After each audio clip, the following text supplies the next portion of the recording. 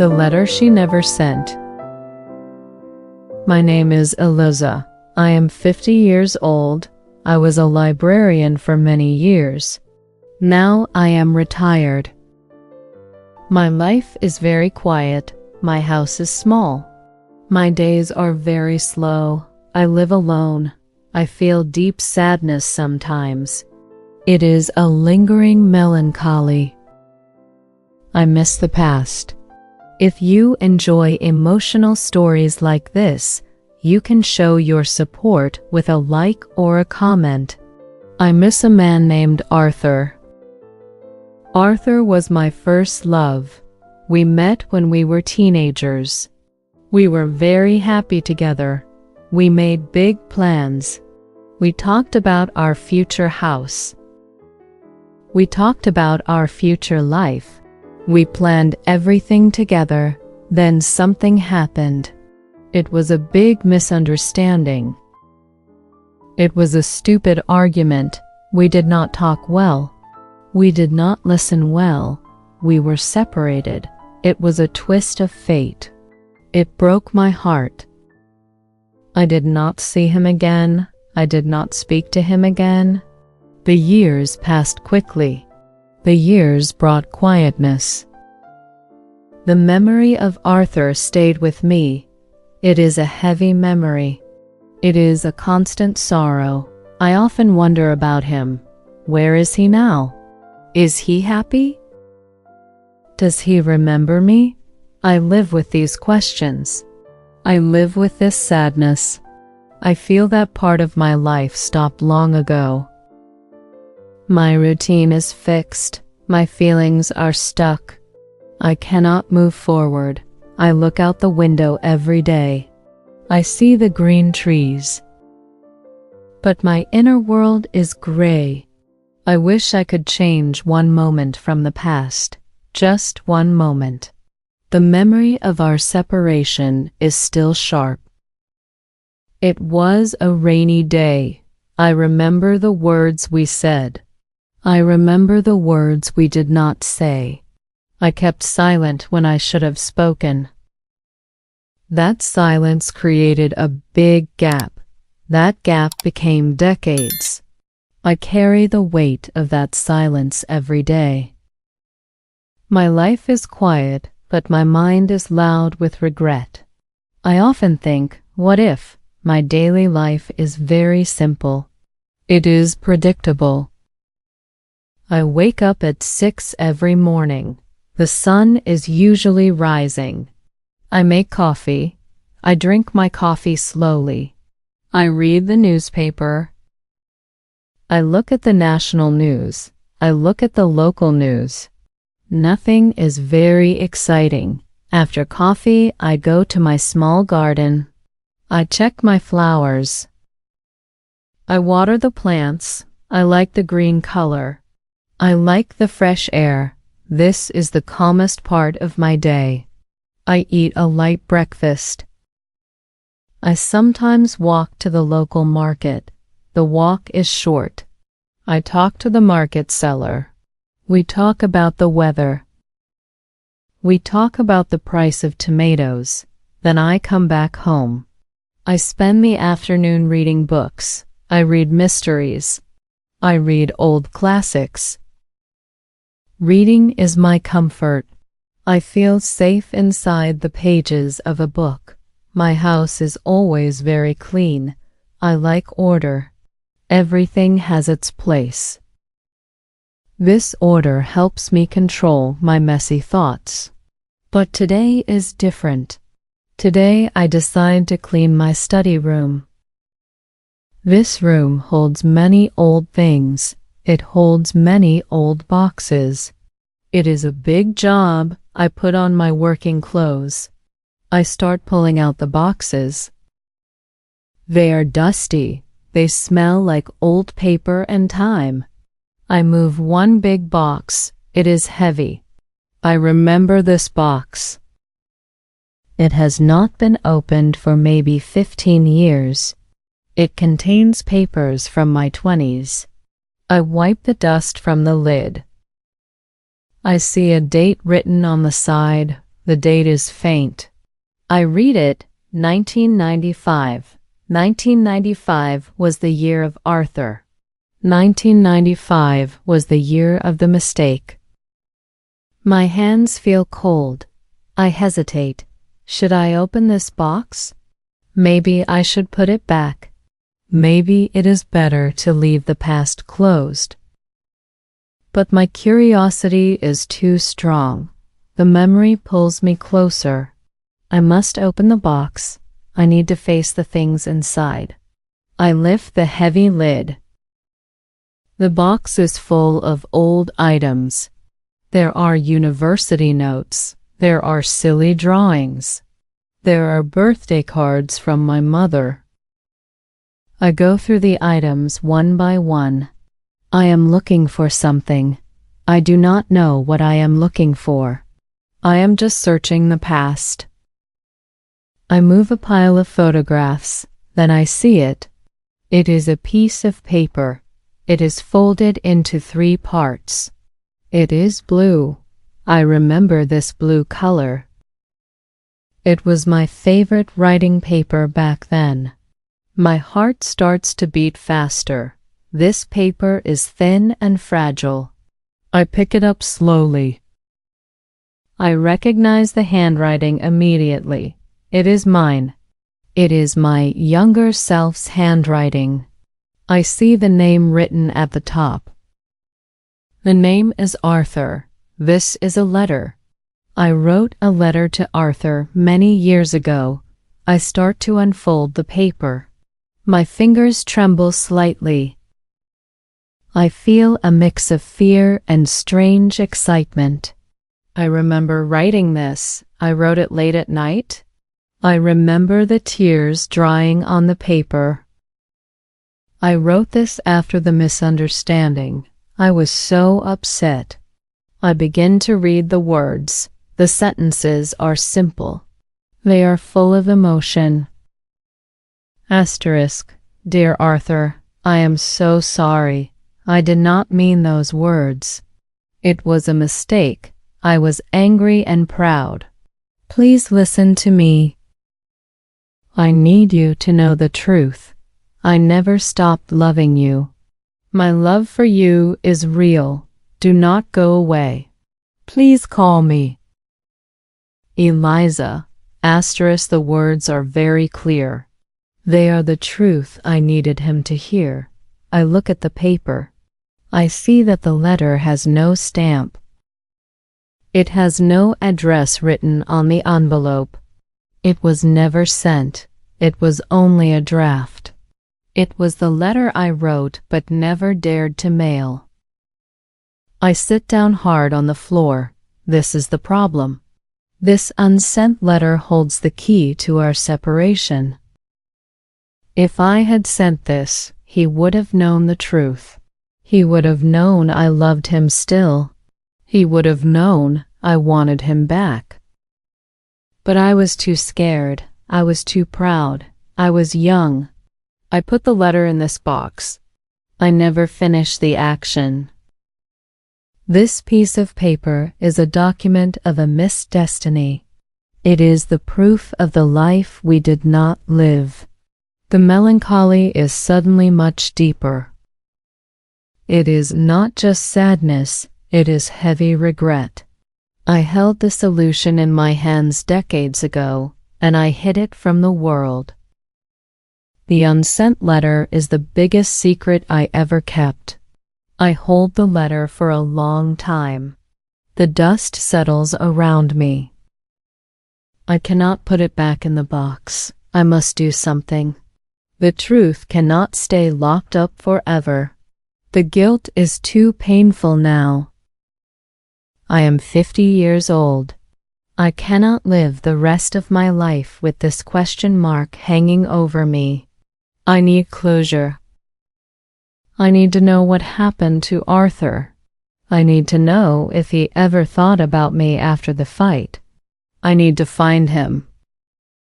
This decision is sudden. It is brave for me. I am a retired librarian. I like routine. I do not like big adventures.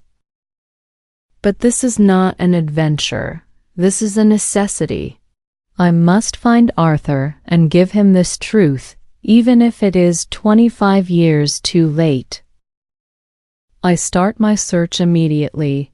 I turn on my old computer. I type his name, Arthur James Bennett. I add the name of our hometown.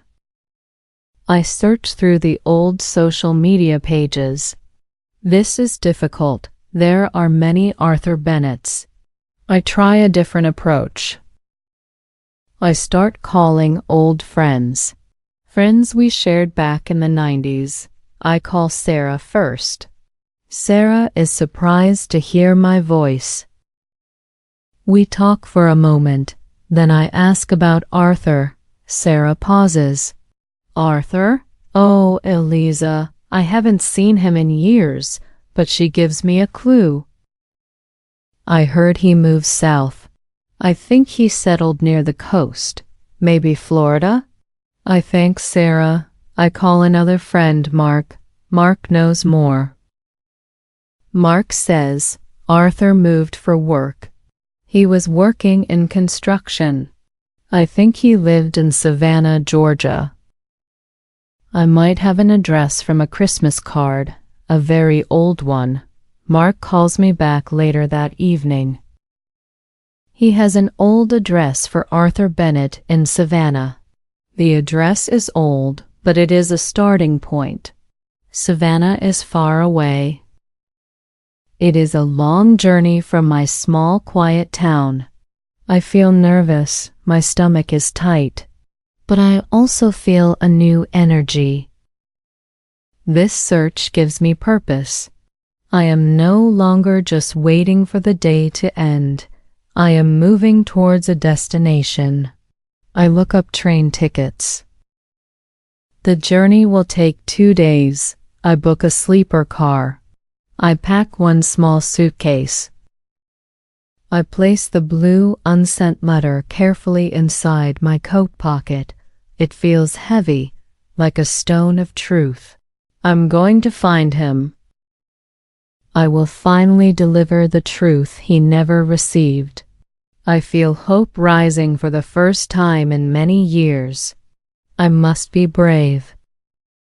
The train ride is long. I watch the scenery change. The flatlands become rolling hills. The weather becomes warmer. I think constantly about Arthur. What will he look like? Will he be angry? Will he forgive me? I arrive in Savannah. It is a beautiful old city. The air is humid. I take a taxi to the address Mark gave me. The journey is short. The address leads me to a charming neighborhood. The houses are old and grand. They have big porches. I step out of the taxi. My legs feel weak. I walk up to the house number. This is it. I adjust my coat. I touch the letter in my pocket for reassurance. I knock on the front door. The sound is loud in the quiet afternoon. I wait. I try to breathe slowly. The door opens. A woman is standing there. She is older than me, perhaps 70. She has kind eyes and white hair. I speak. My voice is shaky. Excuse me. Does Arthur James Bennett live here? The woman looks at me for a long time. Her expression changes. It becomes soft and sad. She says, "Are you a relative? A friend of Arthur's?" "I am Eliza," I say. "I am an old, very old friend." The woman opens the door wider. "Please come in, Eliza." I step into the cool house. The house is beautiful. It feels like a home. The woman leads me to the living room. We sit on a soft sofa. She introduces herself. "I am Clara. Arthur was my brother." My heart pounds heavily against my ribs. I try to speak. "Where is Arthur? I came a long way." I have something important for him. Clara looks down at her hands. She speaks gently. I'm so sorry, dear. Arthur passed away. He died 5 years ago. The words hit me like a physical blow. Passed away. 5 years ago. My mind cannot process the information immediately. I was too late. I took too long to find my bravery. I traveled 1,000 miles to speak to a ghost. My world turns silent. The unsent letter in my pocket suddenly feels cold and meaningless. It is too late. The truth I carried for decades will never reach him. Clara sees my shock. She takes my hand. Arthur was sick for a while. It was peaceful. I look down. I feel the tears coming, but I cannot cry yet. I can only feel the terrible finality. Clara smiles sadly. Arthur had a good life, Eliza. He married a wonderful woman, Martha. They had 2 children. He was very happy. Then Clara says something that makes my heart ache even more. He mentioned you sometimes. When he was sick, he talked about his youth. He said he always wondered about his first love. Her name was Elisa, the one who broke his heart by never replying to him. The mention of the reply is a knife. He waited for me. He thought I chose silence. He thought I simply moved on. The unsent letter was the secret that truly ruined our destiny. I hold the letter tight in my pocket. The truth of my feelings will forever remain mine alone. I lost him twice, once to pride and once to time. I sat with Clara for another hour. We talked about Arthur's life. She showed me pictures. Arthur was smiling in every picture. He looked happy, fulfilled. He was a good father and a loving husband. This helped a little. He had found happiness, even without me. Clara noticed my deep sadness. Before I left, she found a picture for me. It was an old photograph of Arthur sitting on a porch. He looked older, wiser, but his eyes were the same. She told me, "Take this. He would have wanted you to have a good memory." I thanked Clara. I promised to keep in touch. I made the long journey back home. The trip was different now. There was no hope pulling me forward. There was only acceptance pushing me along. I returned to my quiet house. I hung the picture of Arthur on my wall. I needed to see him. The first few weeks were difficult. I cried often. I cried for the years we lost. I cried for the young, foolish girl I had been. I held the unsent letter many times. I thought about burning it, but I did not. The letter is not a tool anymore. It is not a message to be delivered. It is a symbol. It symbolizes the destiny we missed. It is the proof that I loved him, even if he never knew it in time. I realized I cannot change the past. The sadness remains, but it changes its shape. It is no longer sharp regret. It becomes gentle grief.